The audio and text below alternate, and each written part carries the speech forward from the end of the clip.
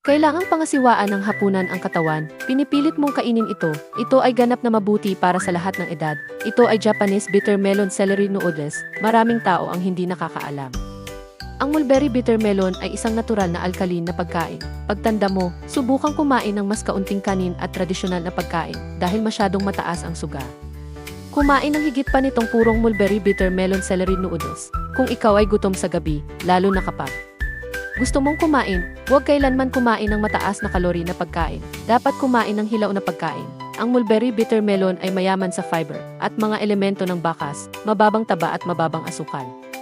Kalusugan at mataas na nutrisyon, ang listahan ng sangkap ay mayroon lamang dobleng dahon ng mulberry mula sa Yiming Mountain, Foshan, Guangdong Large Bitter Melon, hindi pinirito sa harina ng kinsay. Kumain ng mangkok sa umaga nang walang laman ang tiyan, lalo na sa mga madalas matulog ng late. Alam ng lahat na ang pagkain ng maraming buong butil ay napakabuti. Iniuwi namin ito para lutuin, haluin at iprito. Kumain ng kahit anong masarap. Simple at maginhawa, bagamat may bitter melon sa loob, ngunit hindi ito mapait. Sa kabaliktaran, mayroon itong aroma ng mga gulay, order na para mag-enjoy.